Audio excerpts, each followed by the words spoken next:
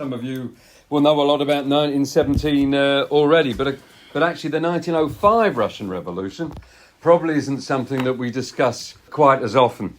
And so, I certainly don't want to do this as a history lesson. The main thing I want to concentrate on is what we can learn from 1905 for today's struggles, and indeed what the Bolsheviks learnt from 1905 for 1917.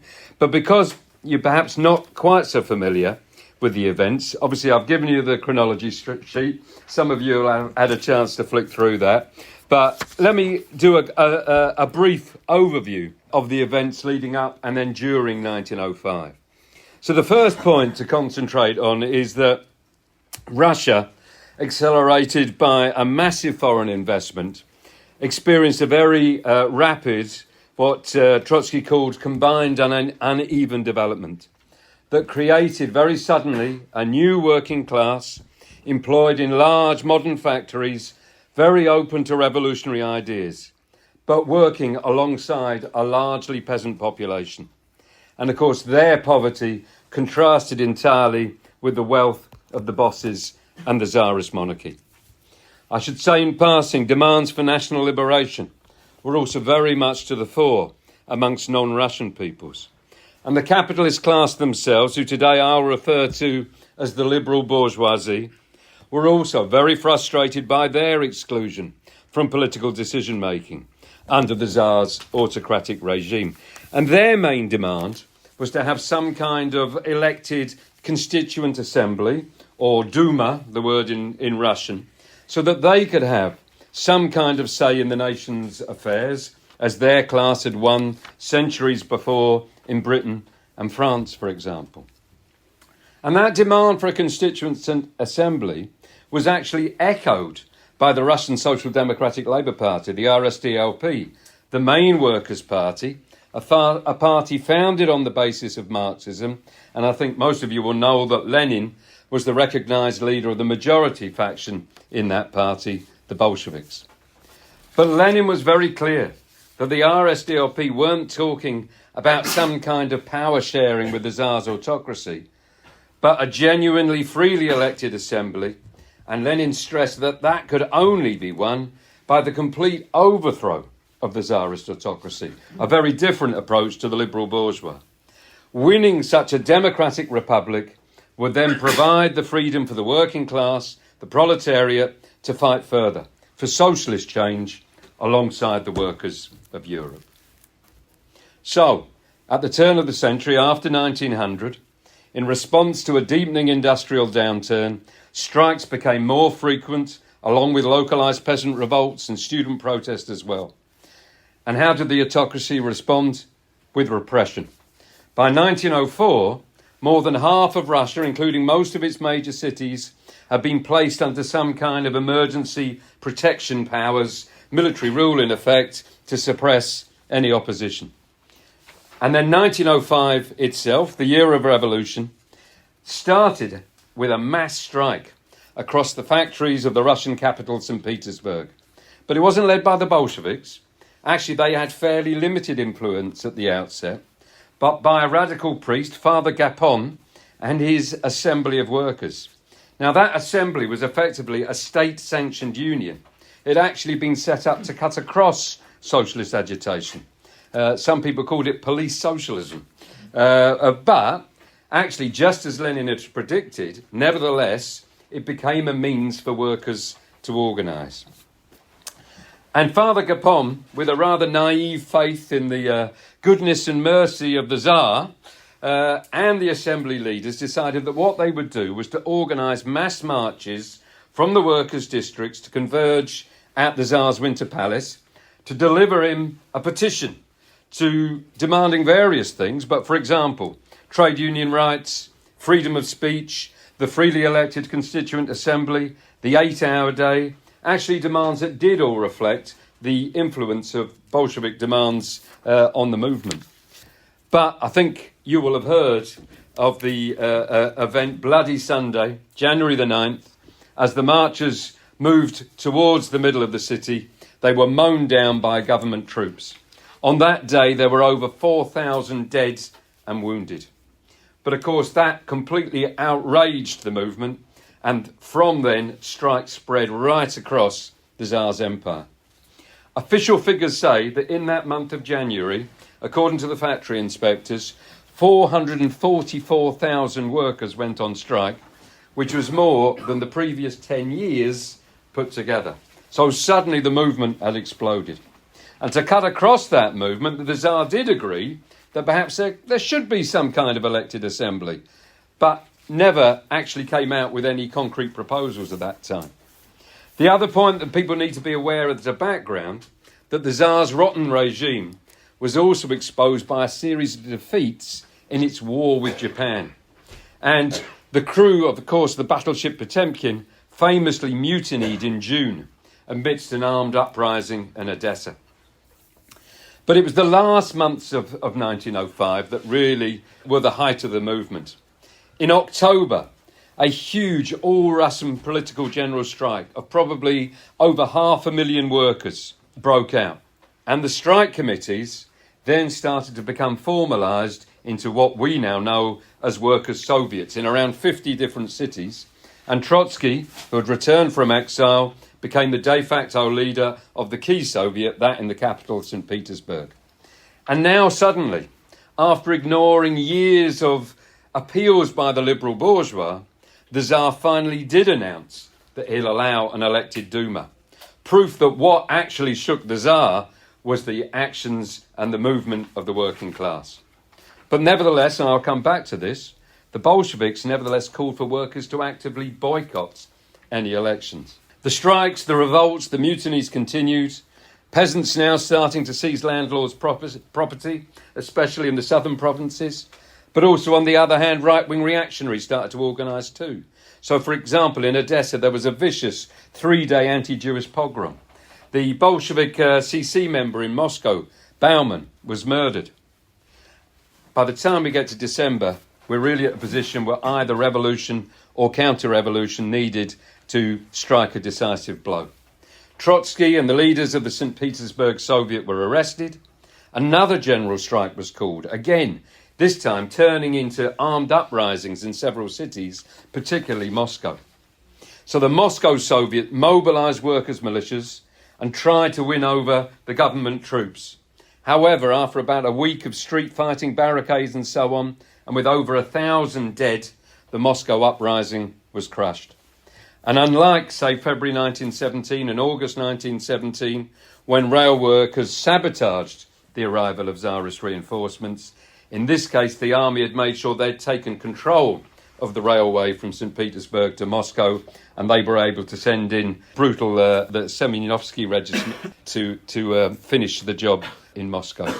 And the point being that a couple of thousand workers' militia, even with the whole of the support of the city's population, could only win if they could win over the army that had been sent against them. And while there were this or that success with fraternisation, overall the peasant-based troops did as they were ordered to. And that, in many ways then, was at that stage the end of that particular revolutionary movement. Reaction was victorious. Struggles did continue into 1906, but whereas Lenin was hoping that these would be fires that would flare up again, the reality was they were at that stage the dying embers. So that the 2.9 million individual strikers recorded for 1905, and that's probably an underestimate, by 1910 had fallen to 47,000. So the revolutionary movement had been thrown right back for several years. But, and this is why we're discussing it today, the Bolsheviks and the workers as a whole learned many lessons from that struggle that were then put into practice in 1917. And of course, in months of revolution, lessons come very thick and fast. And very usefully for myself in preparing, Lenin, Trotsky and others wrote down the lessons that they'd learned. Lenin in particular, in his 1920 pamphlet, Left-Wing Communism and Infantile Disorder, made the importance of 1905 very clear. As he said, without the dress rehearsal of 1905, the victory of the October Revolution in 1917 would have been impossible. Trotsky, in a speech commemorating the 20th anniversary of the revolution, made a very similar point. Only by going through the lessons of 1905 could our country, 12 years later, write into history the greatest of all years, 1917. So, what were those lessons, and which of them are still relevant for today? That's what I really want to discuss. You know, Lenin and Trotsky both shared a very similar analysis of the lessons of 1905. But particularly in just a few sentences in Left-Wing Communism, Lenin highlighted 4 key areas that he felt needed particularly to be reflected upon. And that's what I'm going to discuss in the rest of my introduction. But just before I do, in case someone's going to pick me up on it and says, well, you haven't mentioned it, I don't want to imply that at this stage, Lenin and Trotsky saw exactly eye to eye. You know, they certainly didn't. We need to go back 2 years, perhaps, to the 1903 RSDLP Congress that took place here in London, the hostel where Jacob didn't get that much sleep, just around the corner from where Lenin stayed in Percy Circus.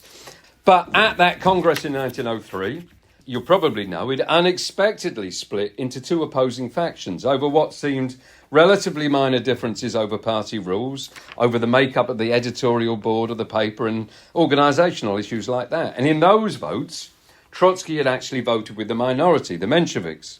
Lenin was in the majority, the Bolsheviks.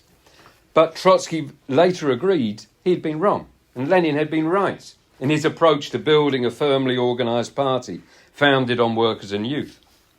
But those minor organisational differences, from then there emerged the real political differences between the 2 factions.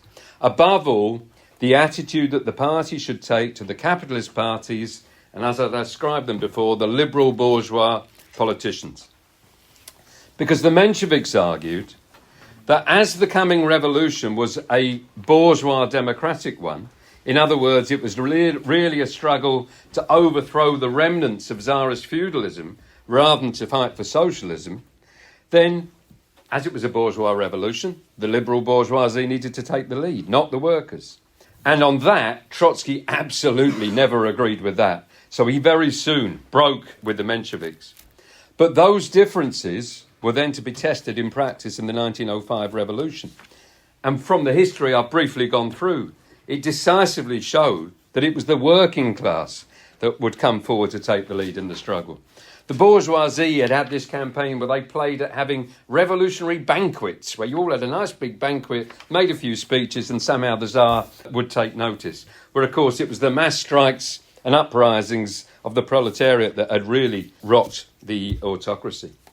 However, terrified by the threat that the power of the working class posed to their own capitalist class, as well as to the Tsar, the bourgeois had retreated in 1905.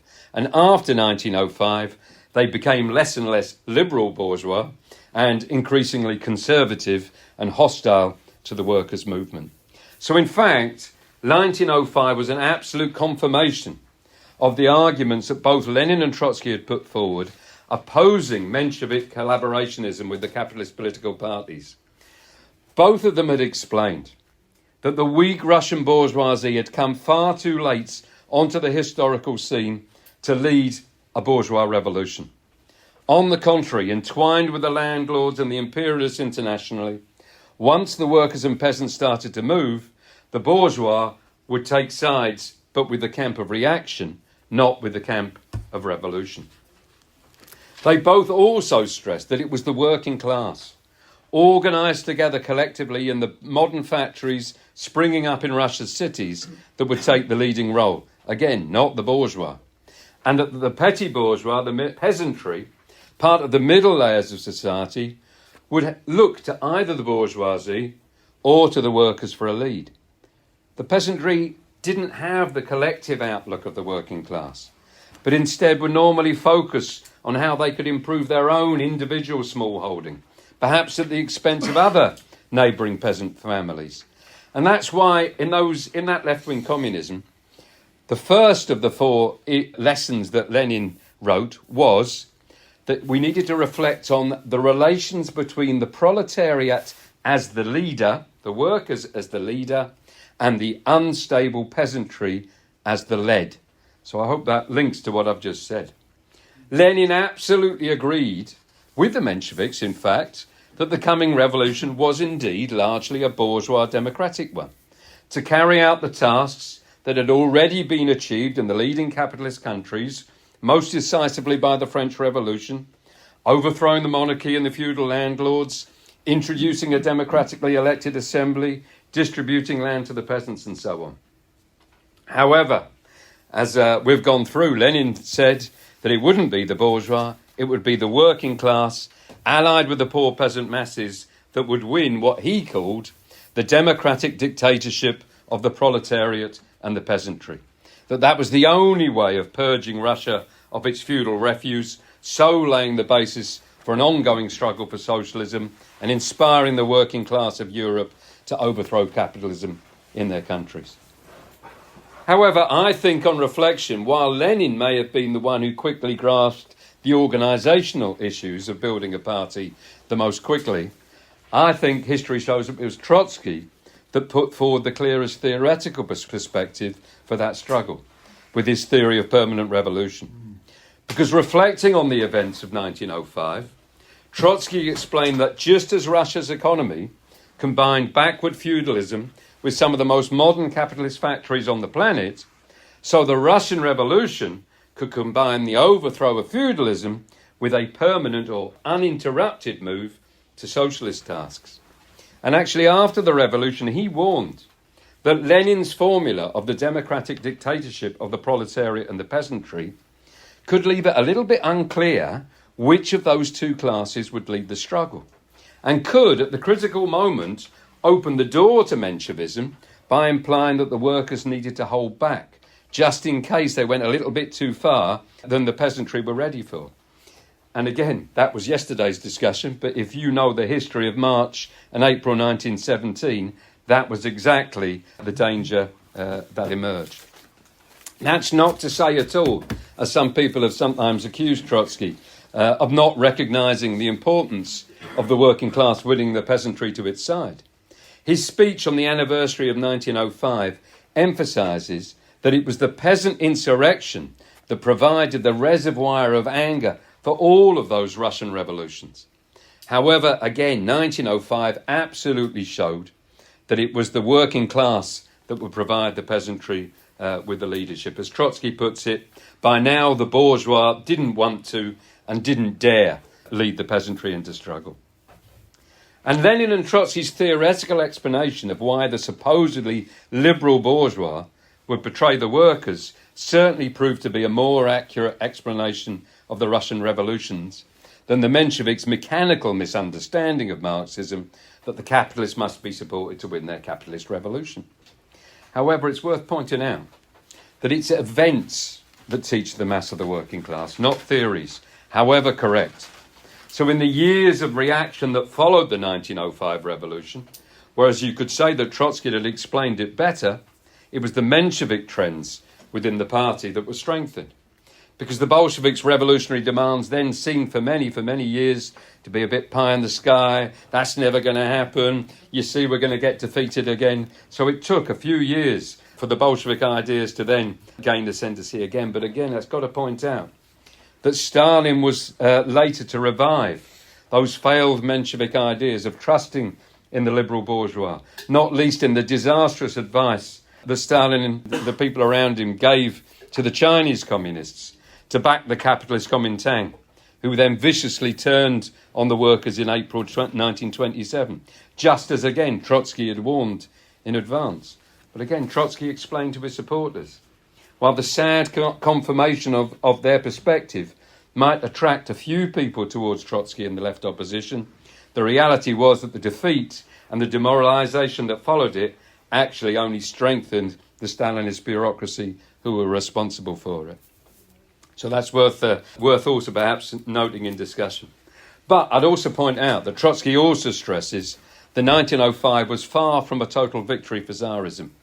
It may have emerged victorious in one sense, but it also emerged bloody and broken from that fight.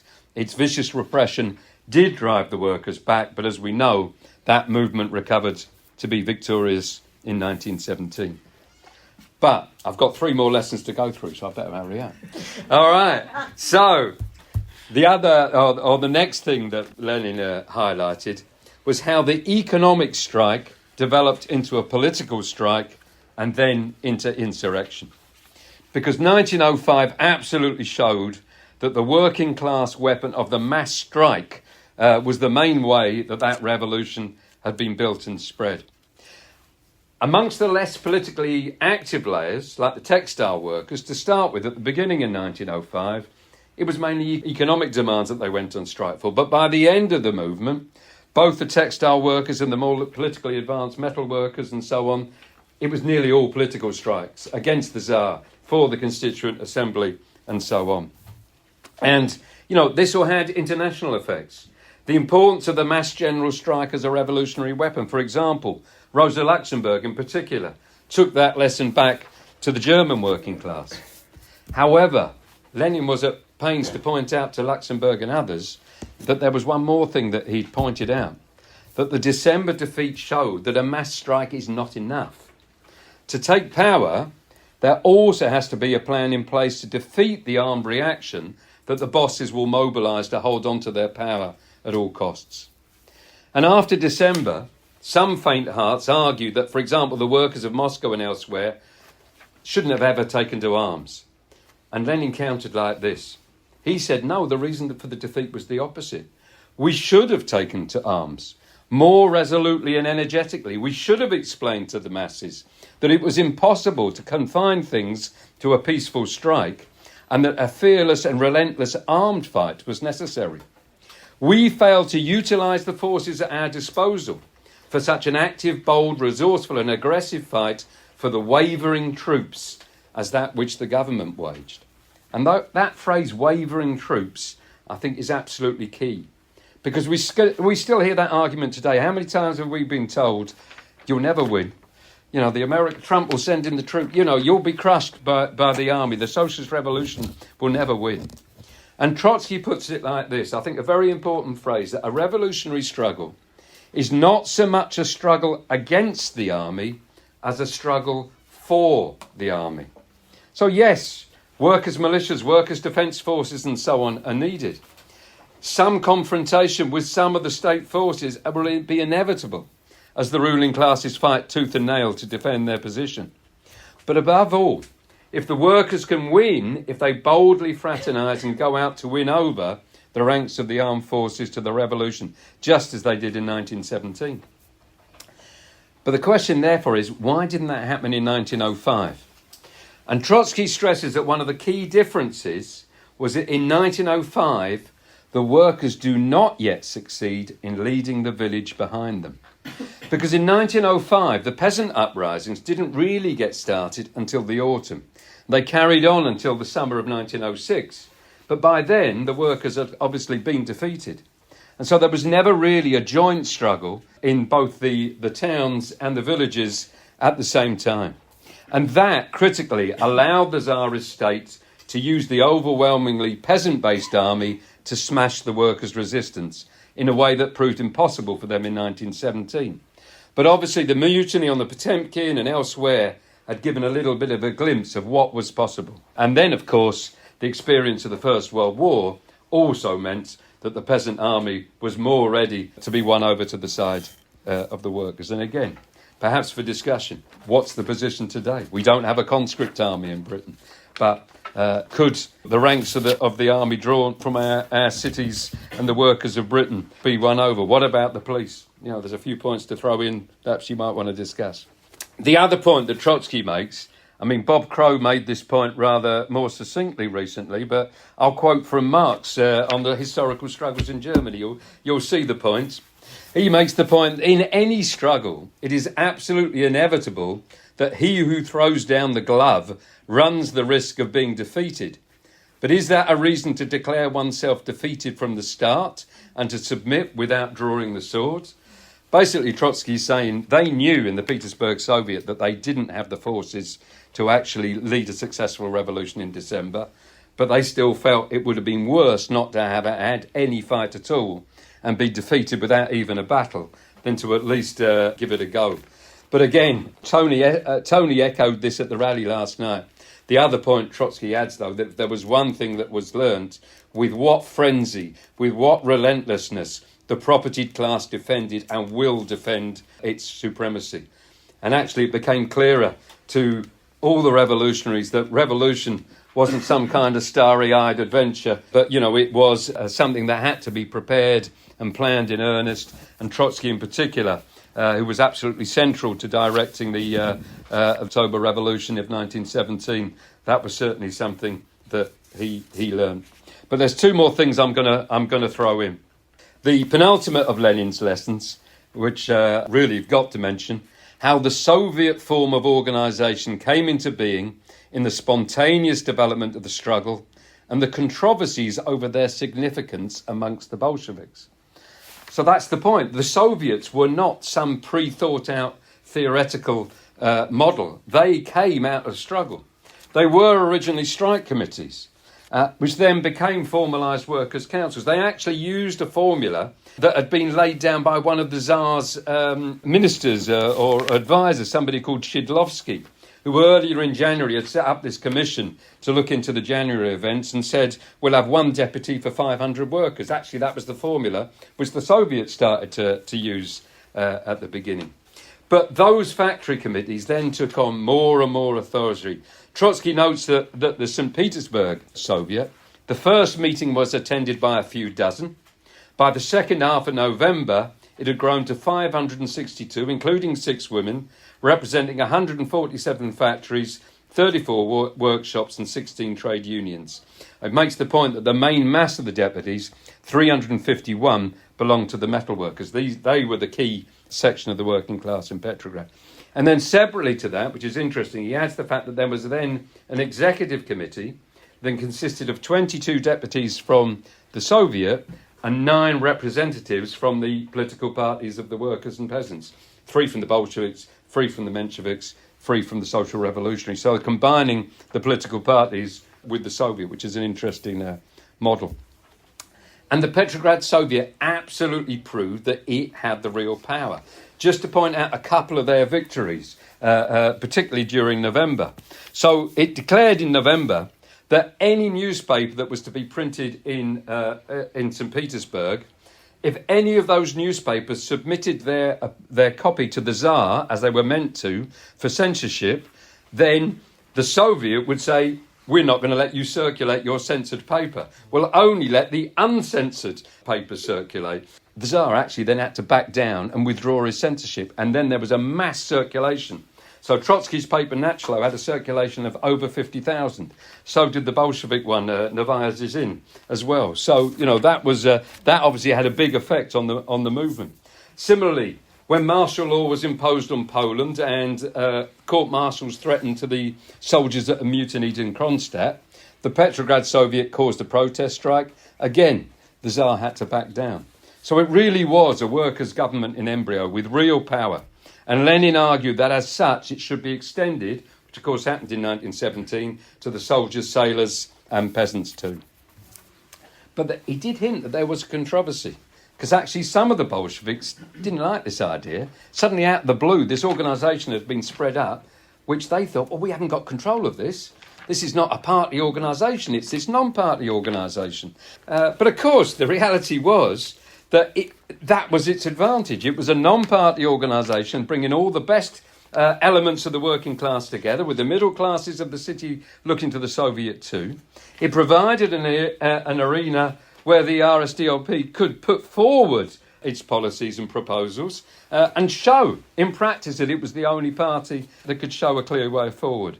And of course, it was Trotsky in reality who played most of that key role. And I'm sure everyone sitting here can see the parallels with the role that a new Workers' Party could play today, if not a Soviet, but similarly some parallels. But, Lenin draws attention to the fact that there were others, Bogdanov and some of the other St. Petersburg Bolshevik leaders, who took a completely sectarian approach.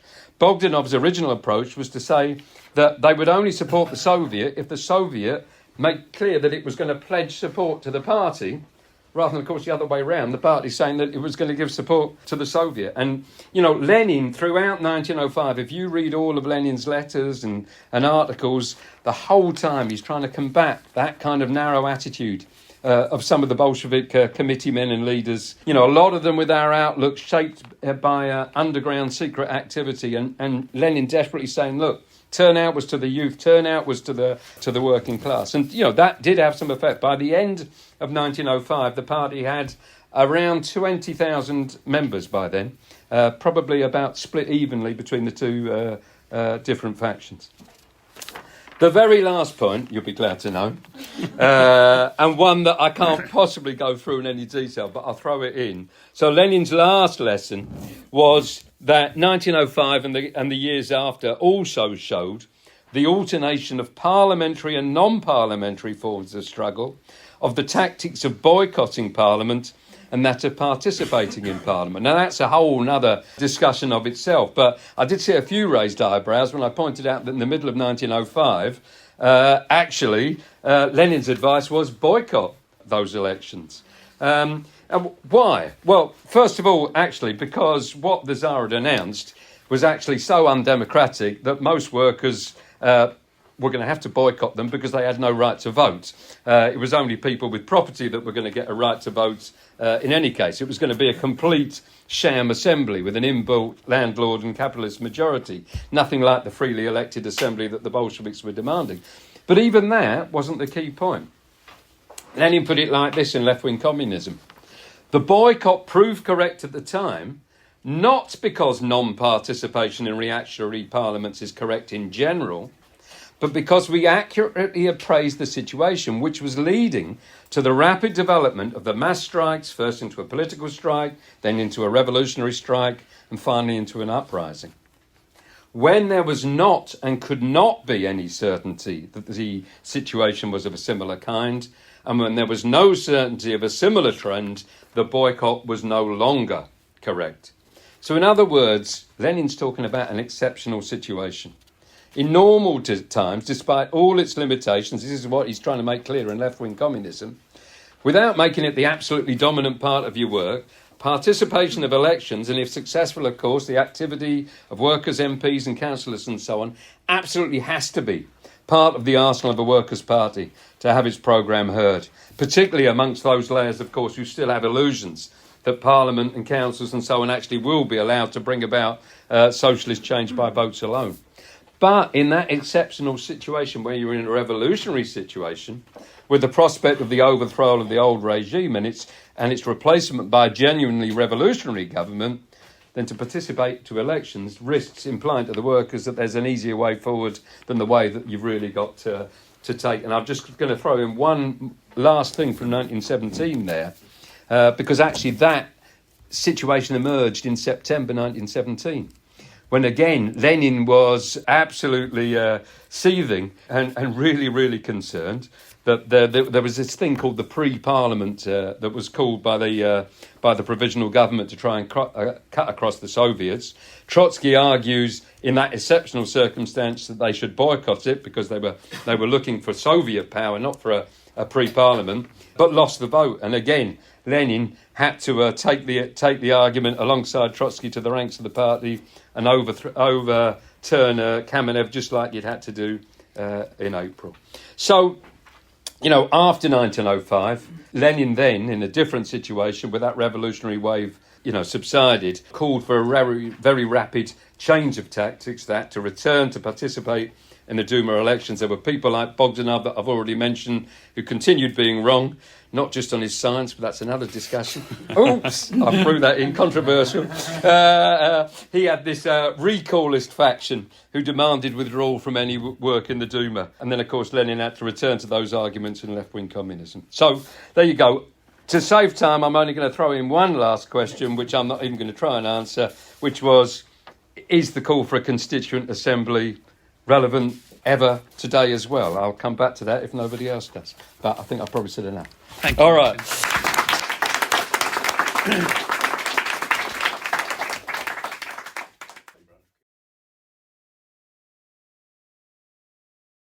That issue that you cannot trust the liberal bourgeois, or more generally, that a cross-class movement that we see others trying to pull together, what a mistake that is, then, that's a very important one.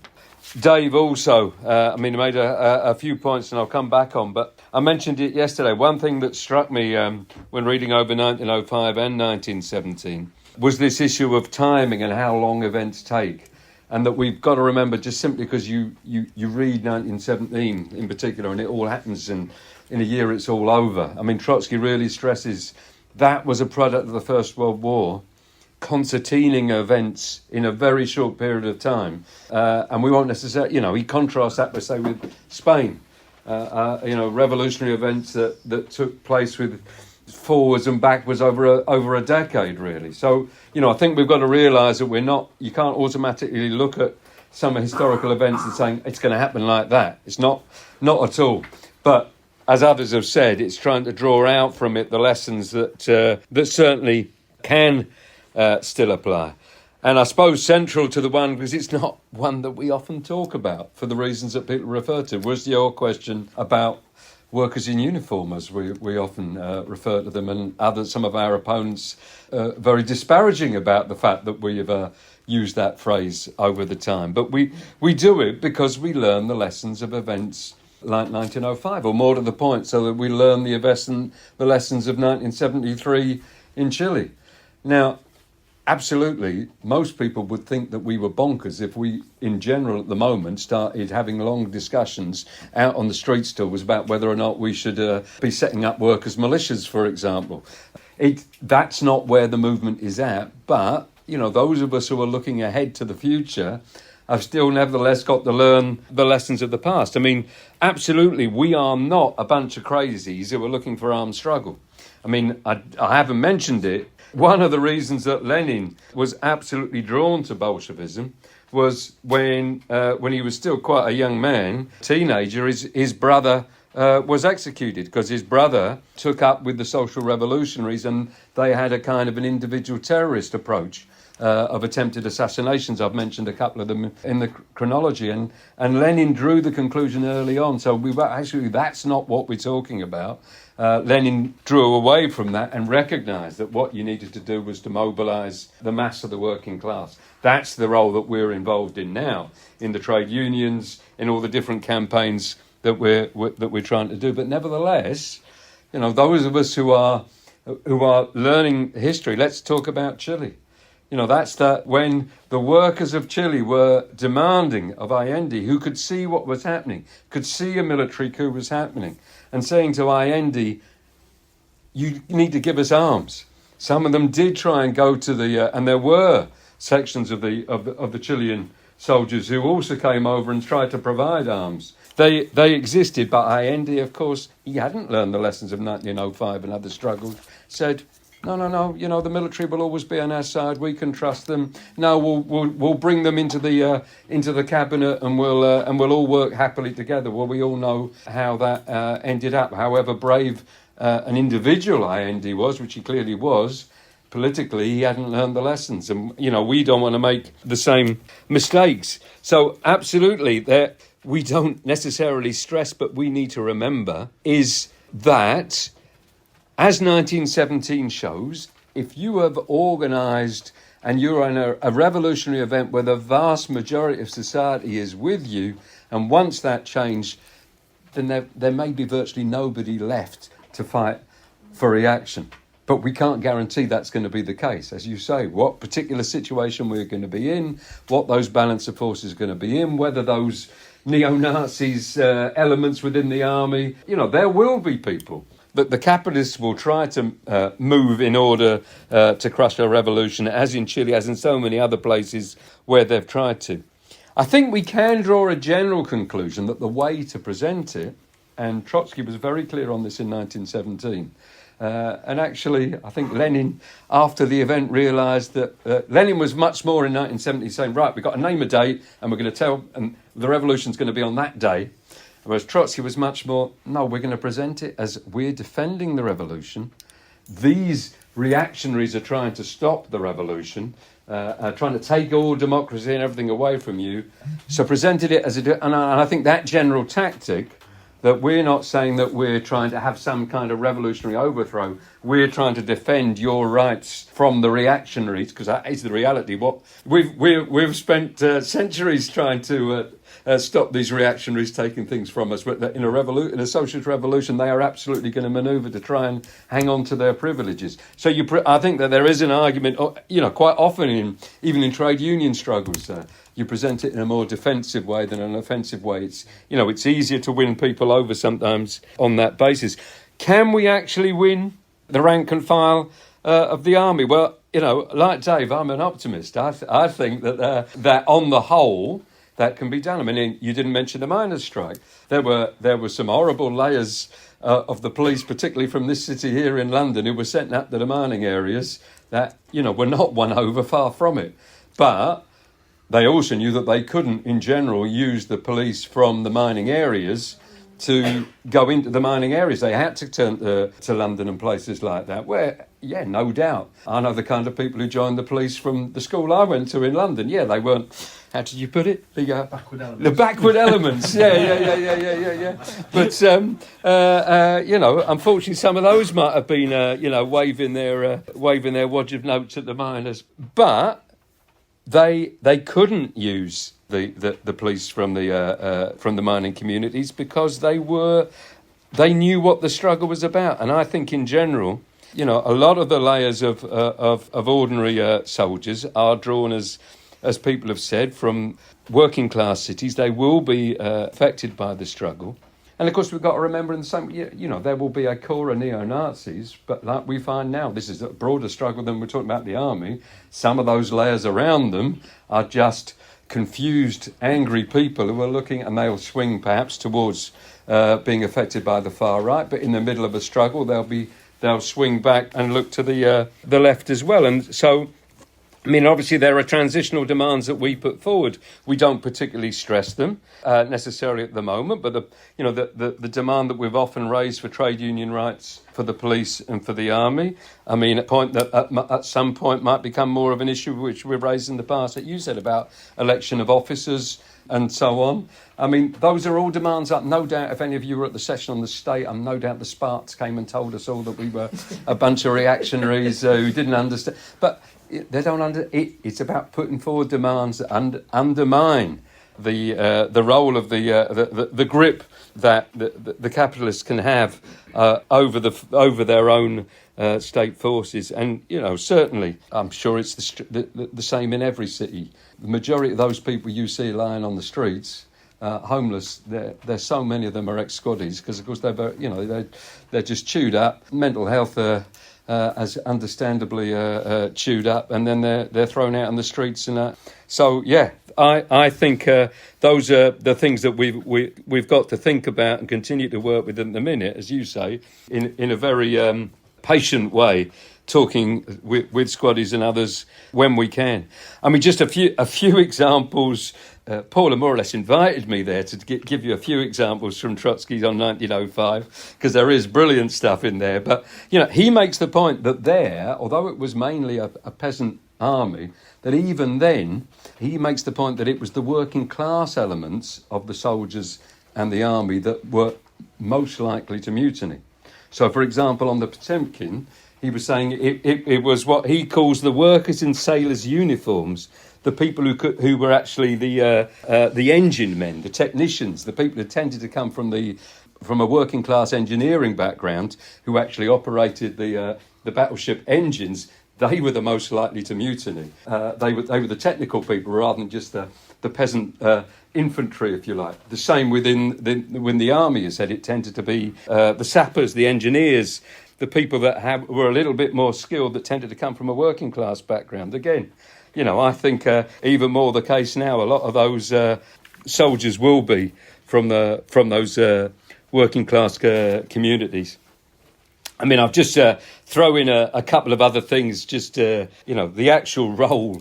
He talks in, just to give a little flavour, he talks about this, talks quite a lot about the railway workers. Have we got any railway workers in the room? They played a very important role in the 1905 revolution. He describes how it was the railway strike. I couldn't really go through the detail, but, you didn't have mass communications and instantly look on Facebook and say, it might take a few weeks for the people in Siberia to realise that there'd been an uprising in Moscow. Siberia is another whole. That was a bit like the Wild West. Some of the final battles of 1905 were in places like Krasnoyarsk and places out on the Trans-Siberian Railway, where you had a combination of these kind of Wild West cities with railway workers in these big railway workshops, plus the troops that were coming back from Manchuria that just wanted to get home and were absolutely sick of. There's a story about how they had all the colonels and the captains in one of the carriages, so they just disconnected it and drove off the train and left them behind. There's some but also this engine driver who, at the end of the Moscow struggle, when the troops were trying to hound down the last of the workers' militia, how this engine driver had put them all on his engine. Driven them off in the middle of machine gun fire. They captured the engine driver, but not the militia. And he basically said to them just before he was shot, well, you ain't going to get them. That kind of individual bravery, there's little flavours of that is worth looking at. And also, actually, you mentioned the fact that amongst the peasantry, the word striker meant the word for somebody who stood up for themselves. The word took on a different meaning. So to strike the district police officer didn't mean to smack him in the face. It meant to have some kind of action where you stood up to the local police officer. Last couple of points I'm going to make. I mean, Roger, raised the issue about the Constituent Assembly, very important. Just to say what they don't often say also, if you look at the history, the assumption that therefore when the Constituent Assembly in 1918 was dissolved, that there was mass uproar. Well, there wasn't, because by then workers and peasants had moved on. The mass of the population knew that actually they had a far better, more genuine form of democracy than a constituent assembly. We use that now to the maximum, even if it means that most of us haven't got council elections next year because they haven't got any, or in where I am in Cumbria they only do them every 6 years now. I mean, it's hard enough to actually intervene in some of these campaigns. They're giving you less and less opportunities, but we use them. But in a situation where you've got right of recall, direct real participation in real democracy, that's obviously what workers had turned to. Just very briefly, I throw it in, nobody came up. It's worth having if you have a look on the CWI website, there have been, for example, in Chile, in the last few years, the question came up again from below. Not because we would say, call for a constituent assembly. We can see the weaknesses in that demand as compared to was kind of a factory committee Soviet kind of democracy. But when the issue came up from below, we said you couldn't just sectarian say that's a rubbish demand. That actually, if it comes up from below, rather like Lenin did, take the demand for the constituent assembly, but ask the question, because this is how Lenin handled it: who's going to call it? Who's going to guarantee you a genuine constituent assembly?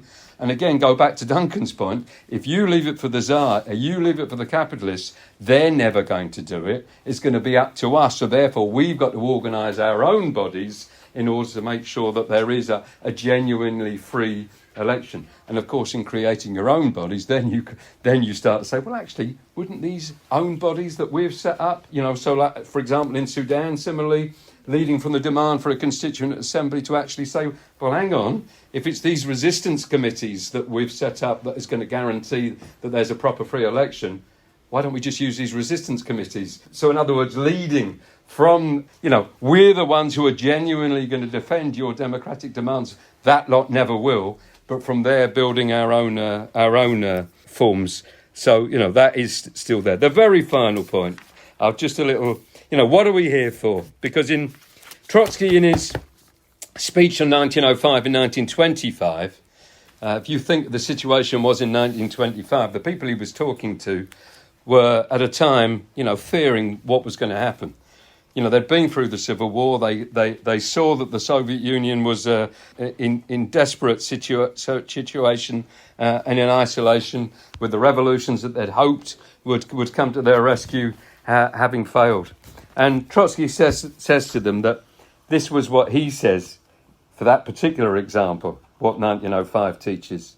It teaches you that you've got to hold out, not to retreat, not to surrender what has been won, but to size up the road ahead.